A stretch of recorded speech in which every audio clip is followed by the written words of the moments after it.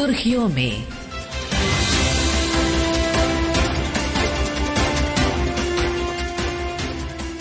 नमस्कार, सुर्खियों में कार्यक्रम के आज के अंक में आपका स्वागत है। मैं हूं अनुभा रोहतगी और आज कार्यक्रम में हमारा विषय है नई फसल प्रजातियों की कृषि उत्पादकता बढ़ाने और सतत कृषि को प्रोत्साहन देने में भूमिका। इस विषय पर बातचीत करने के लिए हमारे साथ जुड़ चुके हैं प्रोफेसर केसी बंसल, पूर्व निदेशक national bureau of plant genetic resources ICAR। Professor Bansal, कार्यक्रम में आपका स्वागत है।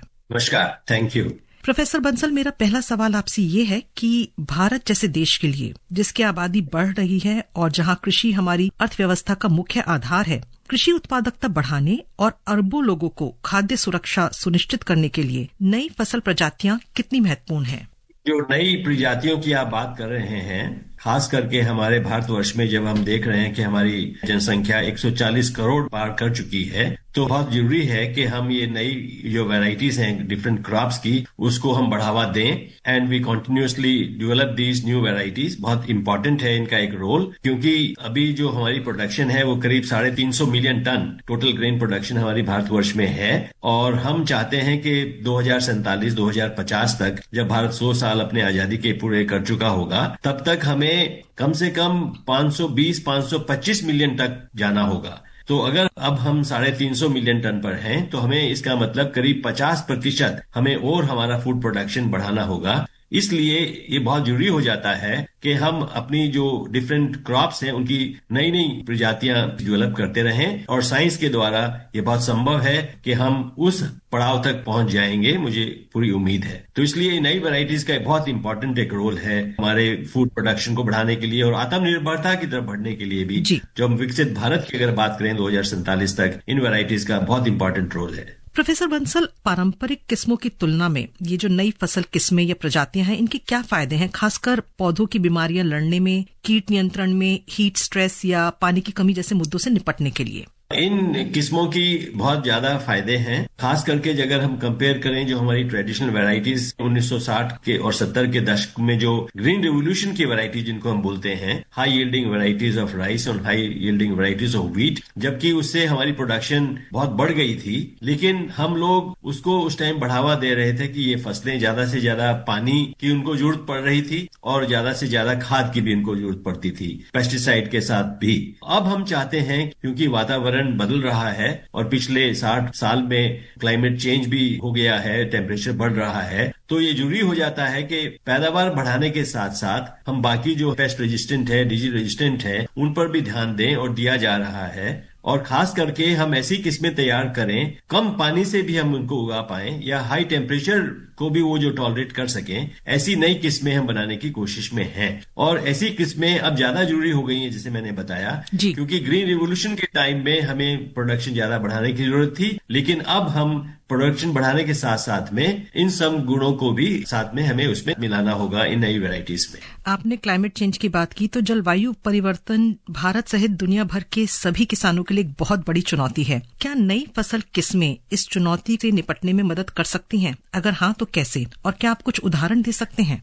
यस, बिल्कुल, ये आपने सही कहा अनुभा। ऐसी बहुत सी किस्में हम लोग बनाने की कोशिश में हैं। Indian council of agriculture research में जितने भी इनके अपने अपने इंस्टीट्यूशंस हैं, उसमें ऐसा काम हो रहा है। और खास करके क्योंकि पहले, जैसे मैंने आपको बताया, कि हमारा मेन उद्देश्य होता था पैदावार बढ़ाने का, कि मिलियन ऑफ टन्स और या फिर टन्स पर हेक्टेयर जो प्रोडक्टिविटी होती है किसी किस्म की, वो ज्यादा हो। लेकिन अब इसके साथ साथ हमें क्लाइमेट चेंज पर भी ध्यान देना होगा कि खास करके कि कम पानी से या हाई टेम्परेचर में भी वो किस्में हमें ज्यादा पैदावार दे सकें। और हम पर्टिकुलरली किस दिशा में काम करना चाहते हैं या काम हो रहा है, वो ये कि nitrogenous fertiliser, urea for example, उसकी हम खपत को कम करना चाहते हैं, क्योंकि वो एक बहुत बड़ा कारण बन जाता है क्लाइमेट चेंज के लिए। ग्रीन हाउस गैस एमिशंस में नाइट्रोजन का काफी सहयोग होता है। या तो हम जो यूरिया मैन्युफैक्चरिंग करते हैं, या फिर यूरिया को जब हम इसमें नाइट्रोजनस फर्टिलाइजर्स को पर्टिकुलरली राइस में जब हम इसको देते हैं, तो इसमें ग्रीन हाउस गैस एमिशंस बहुत निकलती हैं। तो इसलिए हम साथ साथ में इन किस्मों की तरफ भी ध्यान दे रहे हैं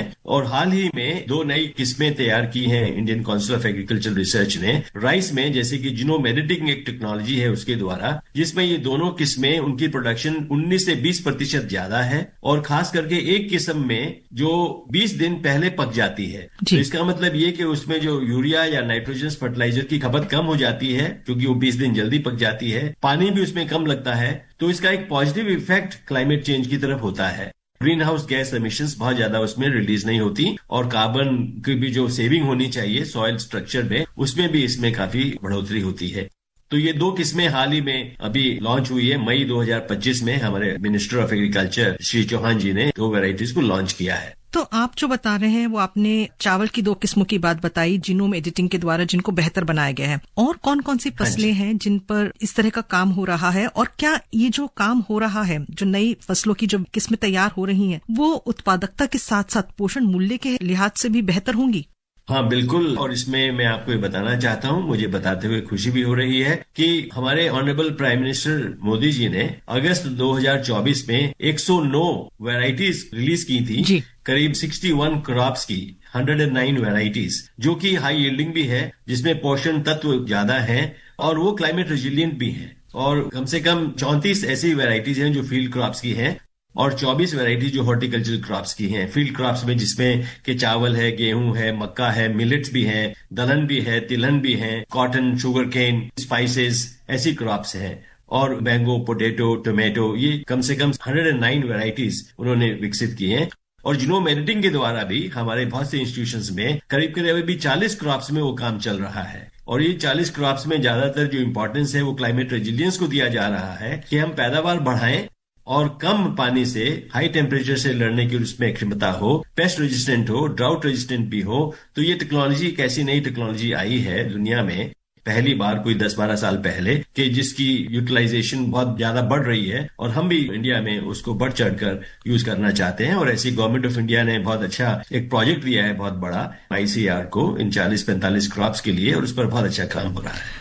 बात जब जलवायु परिवर्तन की हो रही है तो उसके साथ जो हम एक बात करते हैं सतत कृषि या सस्टेनेबल एग्रीकल्चर की बात करना बहुत जरूरी हो जाता है। तो नई फसल प्रजातियां हैं, वो सतत कृषि या सस्टेनेबल एग्रीकल्चर पद्धतियों को कैसे बढ़ावा देती हैं? इसमें नई जो फसलें हैं उसमें मेन मुद्दा हमारा यही रहता है कि हम लोग सस्टेनेबिलिटी की तरफ ज्यादा बढ़ें। जैसे मैंने आपको उदाहरण दिया था, किसी समय 1960-70 के दशक में हम लोग ग्रीन रिवोल्यूशन की जब वैरायटीज की बात करते हैं तो उसमें हम ज्यादा से ज्यादा पानी की हमें जरूरत पड़ती थी, ज्यादा से ज्यादा फर्टिलाइजर्स की जरूरत पड़ती थी।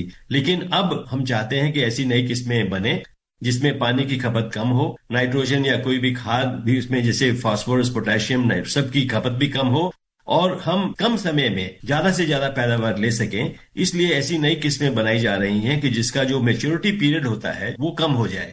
जैसे मैंने आपको उदाहरण दिया, एक जीनोम एडिटेड राइस वैरायटी जो बनी है जिसमें 20 दिन पहले पक जाती है, तो उसमें हम लोग वातावरण को बचा सकते हैं, जबकि वातावरण पर दुष्प्रभाव होता ही है एग्रीकल्चर से। लेकिन अब टेक्नोलॉजीज ऐसी आ गई हैं जिससे हम पूरी तरह से कोशिश कर रहे हैं कि सस्टेनेबिलिटी की तरफ ज्यादा बढ़ें। और वैसे भी यूनाइटेड नेशंस ने सस्टेनेबल डेवलपमेंटल गोल्स की तरफ बहुत ध्यान दिया हुआ है, जिसकी भी डेडलाइन 2030 तक, हम भारत भी उसमें जुटा है उस एक्टिविटी में, कि सस्टेनेबल डेवलपमेंटल गोल्स, SDGs जिनको हम बोलते हैं। तो उसमें भी गोल नंबर 2 जो है वो zero hunger with less damaging the environment, उसकी तरफ काफी ध्यान दिया जा रहा है। तो सस्टेनेबिलिटी बहुत इंपॉर्टेंट है प्रोडक्शन को बढ़ाने के साथ साथ भी, कि एनवायरमेंट पर उसका ज्यादा असर ना हो, और ऐसी किस्में तैयार की जा रही है। प्रोफेसर बंसल, अभी हम बात कर रहे थे कि कैसे ये जो नई फसल प्रजातियां हैं ये कृषि उत्पादकता को बढ़ाती हैं, हमारी खाद्य सुरक्षा को सुनिश्चित करती हैं, पर किसानों को इनसे आर्थिक रूप से क्या फायदे हैं? किसानों को इसमें फायदे इस तरह से हैं कि जो नई किस्में हैं उसको अगर हम लोग पेस्ट रेजिस्टेंट बना रहे हैं तो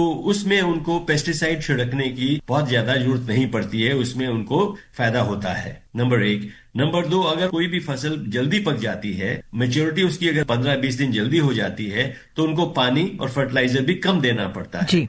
और साथ साथ में उनकी अगर प्रोडक्टिविटी अगर हम बढ़ा देते हैं तो उससे भी किसान को बहुत फायदा हो सकता है। तो इन सबको मिलाकर किसानों को कम समय में और कम लैंड यूटिलाइजेशन से उनको ज्यादा पैदावार मिलने की संभावना बढ़ जाती है। अगर मैं तुरंत आपको एक एग्जांपल दूं बीटी कॉटन का, जैसे हमारे यहाँ इंडिया में सिर्फ एक जेनेटिकली मॉडिफाइड क्रॉप प्रचलित है बीटी कॉटन, अगर उसमें आप बीटी कॉटन हाइब्रिड लगाते हैं तो उसमें किसानों को प्रति एकड़ 10,000 रुपया से 12,000 रुपया ज्यादा की फायदा होता है। तो ये एक बहुत अच्छी ऐसी टेक्नोलॉजीज है आजकल हमारे यहाँ, जिसमें कम समय में कम लागत से कम इनपुट प्रोवाइड करने से भी ज्यादा पैदावार बढ़े।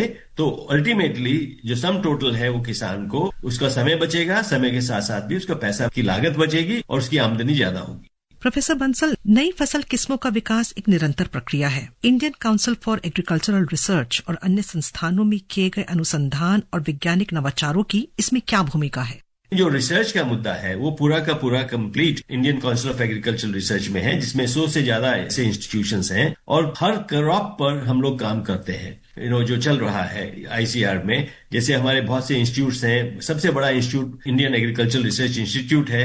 उसी तरह से हमारा institute Indian horticultural institute Bangalore में है। इसी तरह वेजिटेबल रिसर्च इंस्टीट्यूट बनारस में है। तो जितने भी आप बात करें बड़े बड़े इंस्टीट्यूशंस की, वो सब नई नई किस्में बनाने में जुटे हुए हैं। और बहुत से इंस्टीट्यूशंस ऐसे हैं जो सिर्फ एक ही क्रॉप पर काम करते हैं। जैसे हमारे 2 इंस्टीट्यूशंस हैं जो राइस में काम करते हैं, एक हैदराबाद में, एक कटक में है। एक इंस्टीट्यूट है टोटल, वो सिर्फ व्हीट रिसर्च पे काम करता है करनाल में। तो इसी तरह से हमारे बाकी हॉर्टिकल्चरल क्रॉप्स में, वेजिटेबल क्रॉप्स में अलग अलग क्रॉप्स में इंस्टीट्यूशंस हैं। मैंगो का एक अलग है, लीची का अलग है, ग्रेप्स का अलग है पूना में। तो इन सब इंस्टीट्यूशंस में कन्वेंशनल प्लांट ब्रीडिंग के द्वारा या बायोटेक्नोलॉजी टूल्स के द्वारा, जैसे मैंने बताया जीएम क्रॉप्स, या फिर जेनेटिकली मॉडिफाइड के अलावा जीनोम एडिटिंग पर भी इन सभी इंस्टीट्यूशंस में काम हो रहा है। और बेसिक वर्क भी हो रहा है कि भी किस तरह की वो जो जीन्स हैं उसको हम मॉडिफाइड करें। और कोई भी टेक्नोलॉजी हो, चाहे वो कन्वेंशनल ब्रीडिंग हो या जेनेटिकली मॉडिफाइड टेक्नोलॉजी हो या फिर जीनोम एडिटिंग हो, कोई भी टेक्नोलॉजी से तीनों मिलाकर या अलग अलग से उन किस्मों को नई किस्में बनाने की कोशिश की जा रही है, ताकि अल्टीमेटली किसान भाइयों बहनों को फायदा हो और उनकी पैदावार बढ़े और हमारा एनवायरनमेंट भी सुरक्षित रहे और सस्टेनेबिलिटी की तरफ हम बढ़े। प्रोफेसर बंसल, पिछले 1 दशक में इस सरकार ने बीज से बाजार तक की फिलॉसफी पर आधारित कृषि क्षेत्र और किसानों के लिए कई कदम उठाए हैं। तो सरकारी पहलों ने नई फसल किस्मों के विकास में कैसे मदद की है और कितनी बड़ी भूमिका है? इसमें नई किस्मों जब ये तैयार हो जाती हैं हमारे अलग अलग संस्थानों के द्वारा, तब कृषि विज्ञान केंद्र का एक बहुत बड़ा रोल होता है। डेमोन्स्ट्रेशन की जाती है किसानों के लिए, उनको बताया जाता है और कृषि फेयर्स, कृषि मेला आयोजित किए जाते हैं अलग अलग इंस्टीट्यूशंस में। जैसे इंडियन एग्रीकल्चरल रिसर्च इंस्टीट्यूट में हर साल एक कृषि मेला होता है, जिसमें लाखों की तादाद में, इंक्लूडिंग हमारे ऑनरेबल प्राइम मिनिस्टर भी इन मेलों में गए हैं और किसान भाई बहनों को बहुत प्रोत्साहित किया है। सो ये जो बहुत सी किस्में हैं उसका एक पर्टिकुलर मैकेनिज्म है और हमारे मिनिस्ट्री ऑफ एग्रीकल्चर का जो डिपार्टमेंट है, department of agriculture and farmers welfare, वो भी साथ में मिलकर इन किस्मों को डेमोन्स्ट्रेशन के द्वारा और सीड मल्टीप्लिकेशन के द्वारा, प्योर क्वालिटी सीड प्रोडक्शन की जो अलग अलग किस्में हैं उनके द्वारा एक अच्छी क्वालिटी का सीड किसानों तक पहुंचाने की कोशिश करते हैं। और इसकी एक बहुत अच्छी प्रक्रिया है जो हमेशा अच्छे से बनी हुई है हमारे इंडिया में compare to many other countries, जो कि बहुत अच्छी है। आपसे आखिरी सवाल प्रोफेसर बंसल, आप भारत में फसल की किस्मों के विकास में भविष्य में किस तरह के ट्रेंड्स देख रहे हैं? जो ट्रेंड्स मेन हम जो देख रहे हैं, सबसे बड़ा हमारा ये है कि हमारी जो नई किस्में हम बनाएं वो क्लाइमेट रेजिलिएंट होना बहुत ही जरूरी है। और उसके साथ साथ में जो न्यूट्रिशनल कंटेंट है, जो बायोफोर्टिफिकेशन की हम बात करते हैं, उसको भी बढ़ाना बहुत जरूरी है। तो क्लाइमेट रेजिलियंस की तरफ बहुत ध्यान दिया जा रहा है। बायोफोर्टिफिकेशन के जैसे जिंक है, आयरन है, इनके कंटेंट है, वाइटामिन की कंटेंट भी बढ़ाए जाएं। और उसके साथ साथ में सस्टेनेबिलिटी पर भी बहुत ध्यान दिया जा रहा है। हम लोग अब वातावरण को इतना खराब नहीं कर सकते जितना पहले हम करते आए हैं। किसी कारणों से उस टाइम हमारे पास वो नई किस्में ऐसी नहीं थी, लेकिन अब नई किस्में ऐसी तैयार की जा रही हैं जिससे कि वातावरण पर भी उसका दुष्प्रभाव कम से कम पड़े। और 4th पॉइंट है कि फार्मर्स को साथ में लेते हुए, उनकी आमदनी को ध्यान में रखते हुए, उनकी जो इनकम है वो भी बराबर बढ़ती रहनी चाहिए। तो ओवरऑल एनवायरमेंट ठीक रहना चाहिए और क्वालिटी फूड सबको मिले सेफ्टी के हिसाब से, जिसमें कम से कम पेस्टिसाइड हो या ना भी हो। और उस तरह की, जैसे हाल ही में सरकार, हम लोग सस्टेनेबल फार्मिंग या रीजनरेटिव फार्मिंग, नेचुरल फार्मिंग की हम बात कर रहे हैं, लेकिन उसके लिए भी नई नई किस्में अगर हम बनाएं तो हम लोग एक अच्छी दिशा की तरफ जा रहे हैं। प्रोफेसर बंसल, कार्यक्रम में शामिल होने के लिए आपका बहुत बहुत धन्यवाद। धन्यवाद। तो श्रोताओं, आज सुर्खियों में कार्यक्रम में हमारी चर्चा का विषय था नई फसल प्रजातियों की कृषि उत्पादकता बढ़ाने और सतत कृषि को प्रोत्साहन देने में भूमिका। श्रोताओं, ये कार्यक्रम आप हमारे mobile app news on AIR और YouTube channel news on AIR official पर भी सुन सकते हैं।